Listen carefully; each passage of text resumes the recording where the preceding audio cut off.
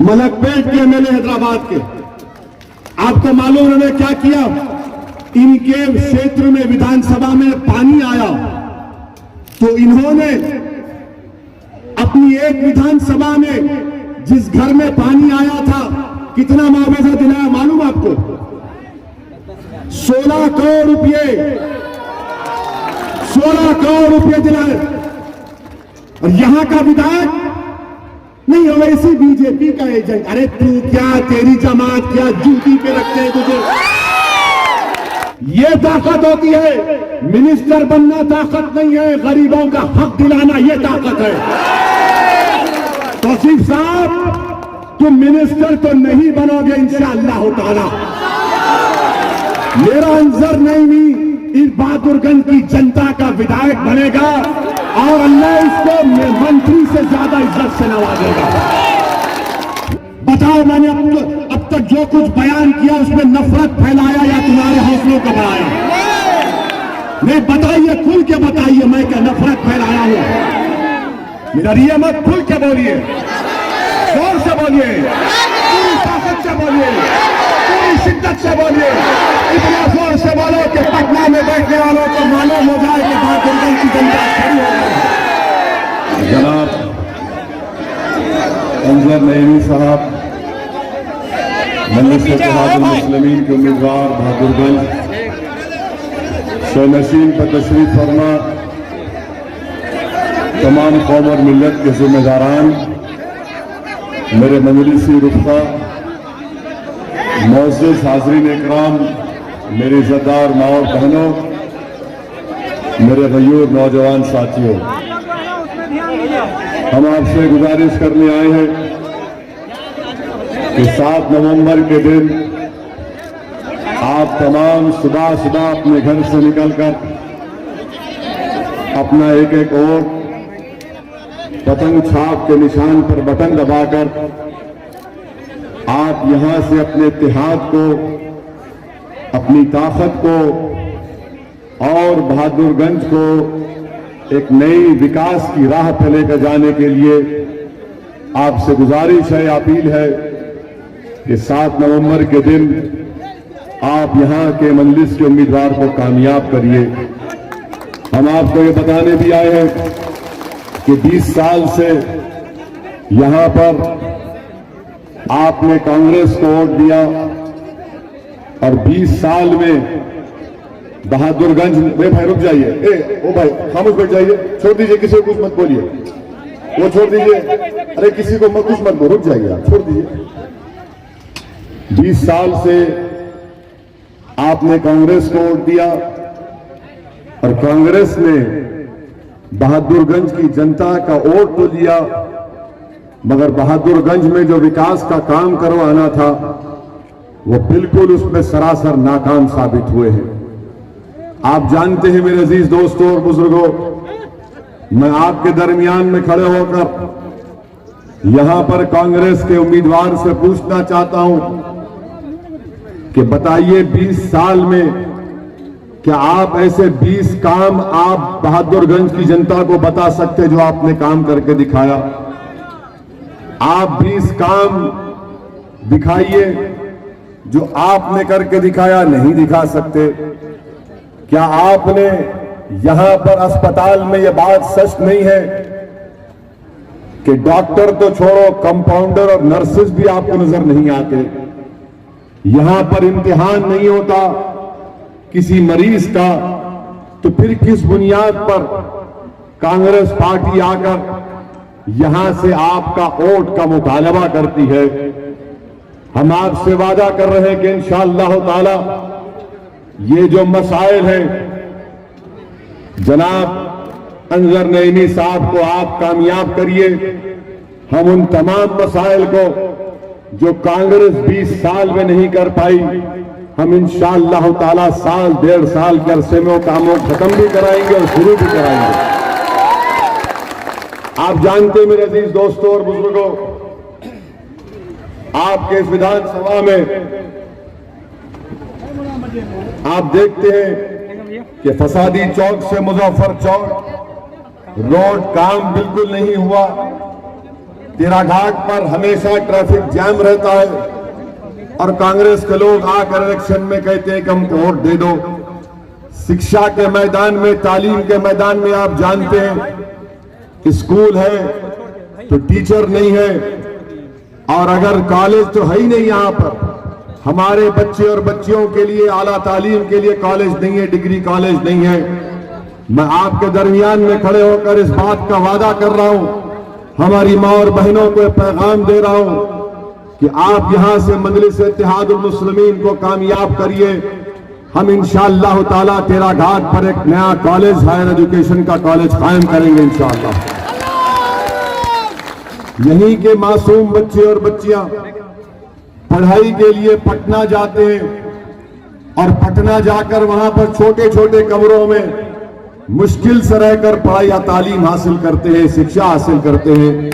क्या यहां पर इंतजाम नहीं किया जा सकता? जरूर किया जा सकता और किया जाएगा इंशाअल्लाह ताला। मेरे अजीज दोस्तों और बुजुर्गों, यहां पर बाढ़ आती है और जब बाढ़ आती है तो यहां के विधायक गायब हो जाते हैं। नरेंद्र मोदी की सरकार ने एक जालिमाना लॉकडाउन पूरे देश में, पूरे मुल्क में और बिहार में लगा दिया, और लॉकडाउन के बाद जब यहां के नौजवान बच्चे जो बिहार से बाहर जाकर रोजगार के लिए, अपनी गरीबी और अपना पेट काटने के लिए जब वो वापिस आते हैं तो उनको क्वारंटाइन सेंटर में रख दिया जाता है। उस वक्त भी कांग्रेस का कोई विधायक नजर नहीं आता वहां पर। आखिर क्या वजह है? आखिर क्या वजह है कि कांग्रेस का विधायक नजर नहीं आता?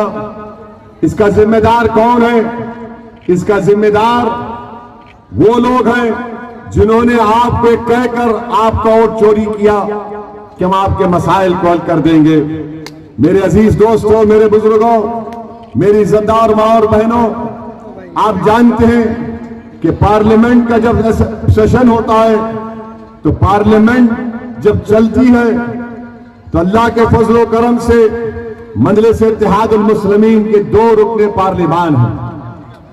आप बताइए कि जब भारत की संसद में CAA-NPR NRC का कानून लाया गया, पूछिए इन कांग्रेस के लोगों से, पूछो इन कांग्रेस के लोगों से कि नरेंद्र मोदी की सरकार के सामने अगर किसी ने बेबाक तरीके से हुक्मरानों की आंखों में आंखें डालकर पूरे भरी पार्लियामेंट में हमने खड़े होकर कहा यह CAA-NPR NRC का कानून भारत के आईन और भारत के संविधान के खिलाफ है, ये मजहब की बुनियाद पर मुसलमानों से नाइंसाफी करता है, और हमने नरेंद्र मोदी की सरकार के सामने, ये कांग्रेस के 55 MP हैं और हमारे 2 MP हम लोग, हमने खड़े होकर 540 की भारत की संसद में नरेंद्र मोदी के 308 MPओं के सामने उस कानून को फाड़ कर बता दिया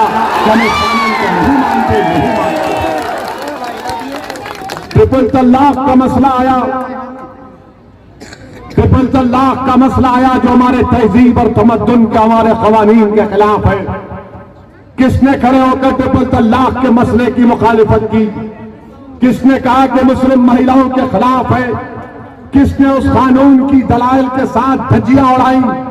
पूछो इन लोगों से, इनका मुंह नहीं खुलता कांग्रेसियों का। ट्रिपल तलाक के मसले में हमने आवाज उठाई।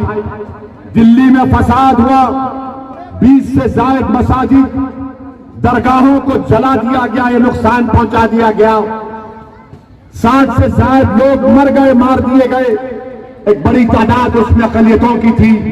भारत की संसद में अमित शाह होम मिनिस्टर के सामने अगर किसी ने उठकर कहा कि भारत के होम मिनिस्टर, दिल्ली में जो फसाद हुआ है वो फसाद नहीं है, वो नरसंहार है और 20 से ज्यादा मसाजिद को नुकसान पहुंचाया गया। मरने वालों में यकीनन हिंदू भी और मुसलमान है, मगर ज्यादा तादाद मुस्लिम अक़लियत की है। बताओ क्या कांग्रेसियों ने मुंह खोला? नहीं खोला। CAA का एहतजाज आप तमाम ने किया, क्या कोई कांग्रेसी आया? क्या कोई राजद का आया? क्यों नहीं आए? वो कहते अगर हम आएंगे तुम्हारे साथ ठहरेंगे तो हम बीजेपी को वोट मिल जाएगा, हमको नहीं मिलेगा। अरे मुझसे नाइंसाफी हो रही है, भारत से भगाने की मेरी तैयारी की जा रही है और इनको अपने वोट की पड़ी है। ये इनका कांग्रेस का असली चेहरा आपके सामने। और ये लोग हम पर इल्जाम लगाते कि मजलिस इत्तेहादुल मुस्लिमीन का एमपी असदुद्दीन ओवैसी बड़ा जज्बाती है, वो जज्बाती बात करता है।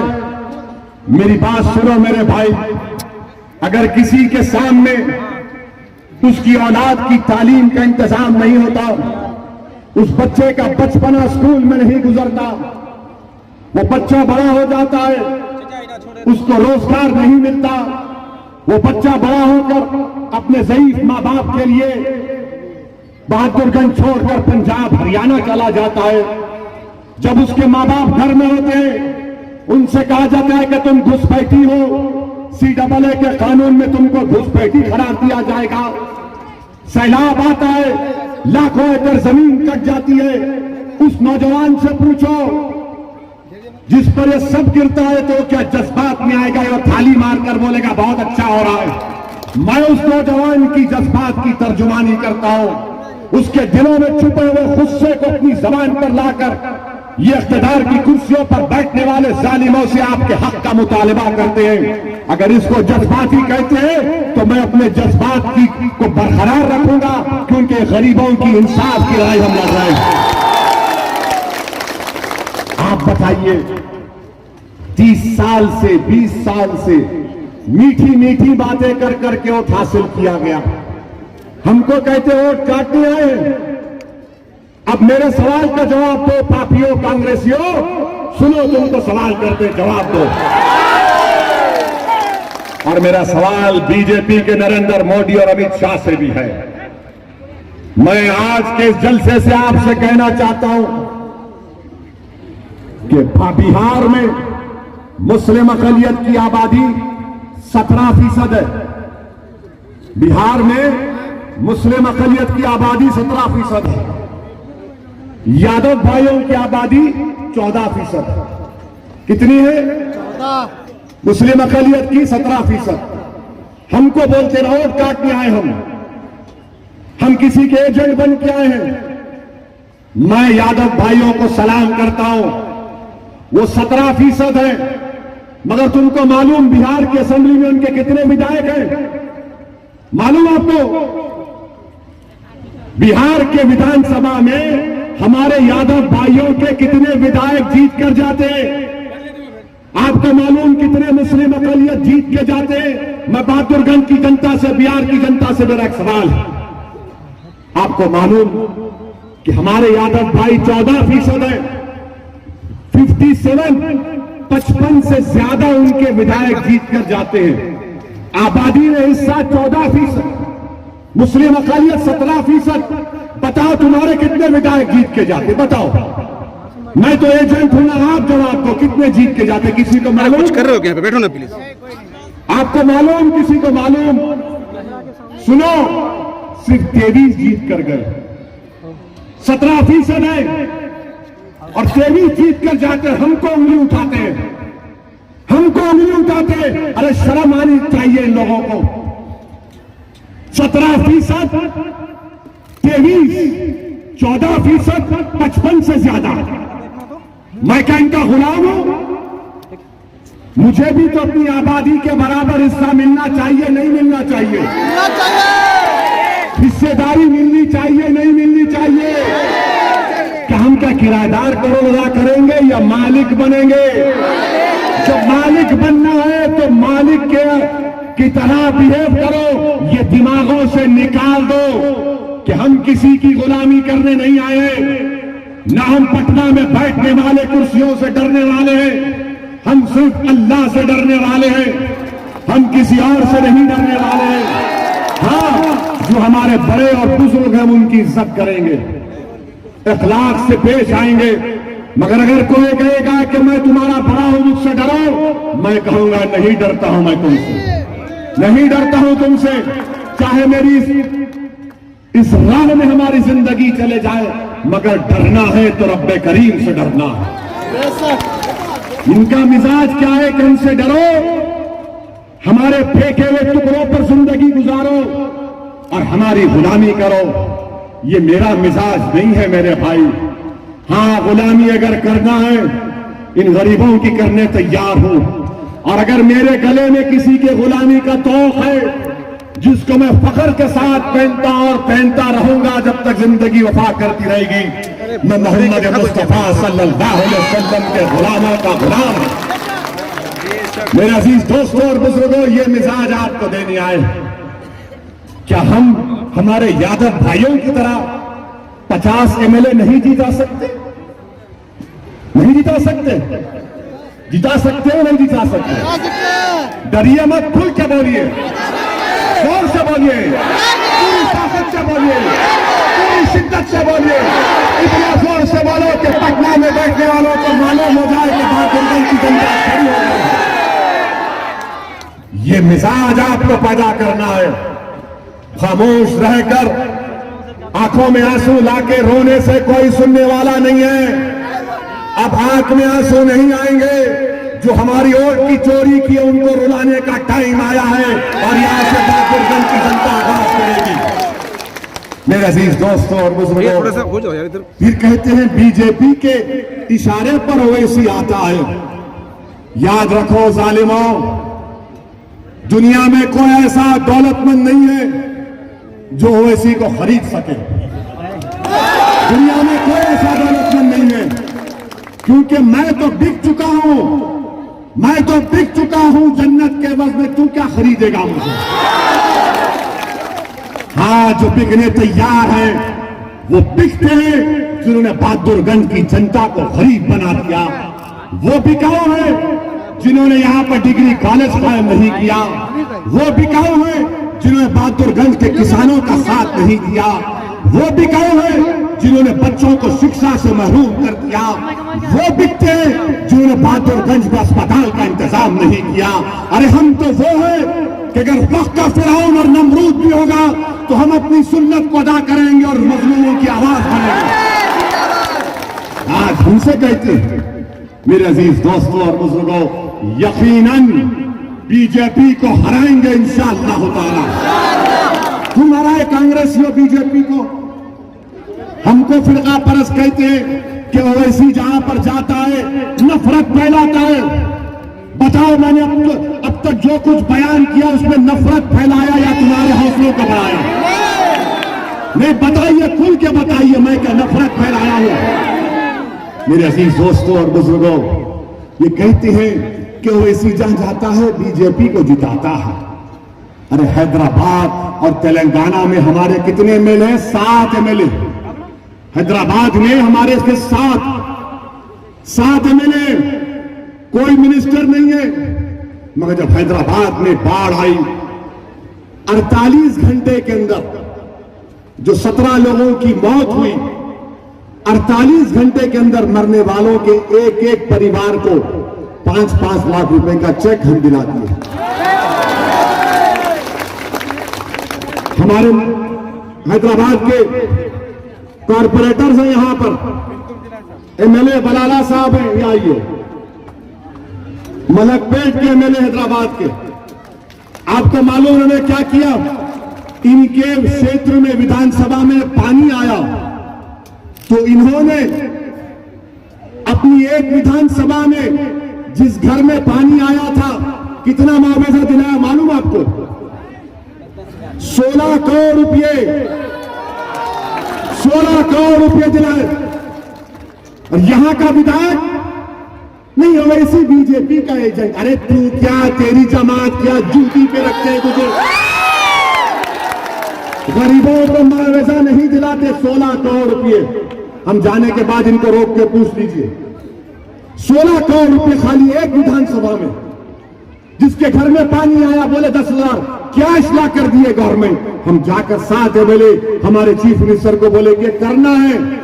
चीफ मिनिस्टर ने कहा बिल्कुल करूंगा। 24 घंटे में ऐलान हुआ और पैसे देना शुरू कर दिया। ये ताकत होती है, ये ताकत होती है। मिनिस्टर बनना ताकत नहीं है, गरीबों का हक दिलाना ये ताकत है। तौसीफ साहब, तुम मिनिस्टर तो नहीं बनोगे इंशाअल्लाह ताला। मेरा अंजर नईमी इस बहादुरगंज की जनता का विधायक बनेगा और अल्लाह इसको मंत्री से ज्यादा इज्जत से नवाजेगा। वो जब पटना को जाएगा तो पटना की विधानसभा में जो भी मुख्यमंत्री होगा उसकी आंख में आंख डालकर अपनी गर्दन को सीधा करके कहेगा कि सीमांचल जिंदाबाद, बहादुरगंज की जनता जिंदाबाद। ये काम हमको करना है। ये कांग्रेसी हम पे इल्जाम लगाते, बताओ बिहार में 40 लोकसभा की सीटें कितनों पर तुम और राजद जीते? कितने जीते? एक किशनगंज से जीता। वो भी क्यों जीता? हमारी वजह से। अगर हम 3 लाख वोट नहीं लेते, 3,25,000 जेडीयू लिया, 3.5 लाख कांग्रेस लिया, अगर हम नहीं लड़ते तो वो 3 लाख 2 लाख से जीत जाता। अरे हम लड़े तो जीते ना। मगर अब विधानसभा का इलेक्शन है। अब आपको 7 तारीख के दिन अपना एक वोट अंजर नियामी के हक में देना है। जो लोग 20 साल से आपके वोट की चोरी कर रहे हैं, जो लोग 20 साल से हमारे बच्चों को शिक्षा से महरूम करके रख दिए, जो लोग 20 साल से हमारी मां और बहनों को अस्पताल से महरूम करके रख दिए, मैं बहादुरगंज की जनता से और सीमांचल की जनता से अपील कर रहा हूं कि 7 तारीख के दिन एक जख्मी शेर और शेरनियों की तरह पोलिंग बूथ को जाइए। ये लोग 20 साल तक हमारा शिकार करते रहे। जब शेर जख्मी हो जाता है तो बड़े से बड़ा शिकारी जंगल छोड़ के भाग जाता है। अब आपको एक जख्मी शेर की तरह पोलिंग बूथ में जाना है और जहां पर पतंग छाप का निशान दिखेगा, ये सोच कर डालो, डर की बुनियाद पर नहीं, उम्मीद की बुनियाद पर, डर की बुनियाद पर नहीं, मोहब्बत की बुनियाद पर, और एक उम्मीद और मोहब्बत की बुनियाद पर पतंग छाप पर बटन लगाइए। और मेरी मां और बहनों से अपील कर रहा हूं, बुजुर्गों से अपील कर रहा हूं कि आप अपना वोट नहीं डाल रहे हैं, सिर्फ आप अपनी औलाद के मुस्तकबिल का भी वोट डाल रहे हैं। मेरे बुजुर्गों, मेरी मां और बहनों, याद रखो, जब आप वोट डालने जाएंगे तो सिर्फ आपका वोट नहीं, ये मासूम बच्चों के मुस्तकबिल का वोट डाल रहे हैं आप। इन मासूम बच्चों को अच्छी राह दिखाने के लिए इसलिए हम आपसे अपील कर रहे हैं कि 7 नवंबर के दिन आपको अपना एक वोट मजलिस के उम्मीदवार को कामयाब करना है। और आखिर में, क्योंकि जज्बाती गुफ्तगू हुई, थोड़ा टेम्परेचर कम कर देती है। तो लॉकडाउन में हमारे बच्चे किशनगंज में फंस गए तो हमारे प्रवासी मजदूरों ने फोन लगाया था तौसीफ साहब को, फोन लगाया था उनको। तो तौसीफ साहब के फोन से आवाज आई, आप जिस नंबर से संपर्क करना चाहते हैं वो इस समय उपलब्ध नहीं है। लगाया था ना फोन, लगाया था ना। तो तौसीफ साहब के फोन से, जो हमारा बच्चा प्रवासी मजदूर क्वारंटाइन में था, तो फोन है तौसीफ साहब, तो फोन से आवाज आई, आप जिस नंबर से संपर्क करना चाहते हैं वो उस समय उपलब्ध नहीं है। अब जब हमने हमारे शेर को खड़ा कर दिया, जब हम खुद आ गए आपके दरमियान में और आपका हमारा कनेक्शन बन चुका है अल्हम्दुलिल्लाह, तो अब मजलिस की कामयाबी को यकीनी देखते हुए तौसीफ साहब आपको फोन लगा रहे हैं, आपको फोन लगा रहे हैं। तो आपके फोन से क्या आवाज जा रही है मालूम आपको? आपको मालूम? आपके फोन से आवाज जारी है तौसीफ साहब को कि जिस व्यक्ति को आपने कॉल किया है वो भी दूसरी लाइन पर ओवैसी के साथ व्यस्त है। तो ये काम आपको करना है, आपका हमारा कनेक्शन जिंदगी भर रहेगा इंशाअल्लाह ताला। दुनिया की कोई ताकत इस रिश्ते को नहीं तोड़ सकती, ना तोड़ेगी इंशाअल्लाह।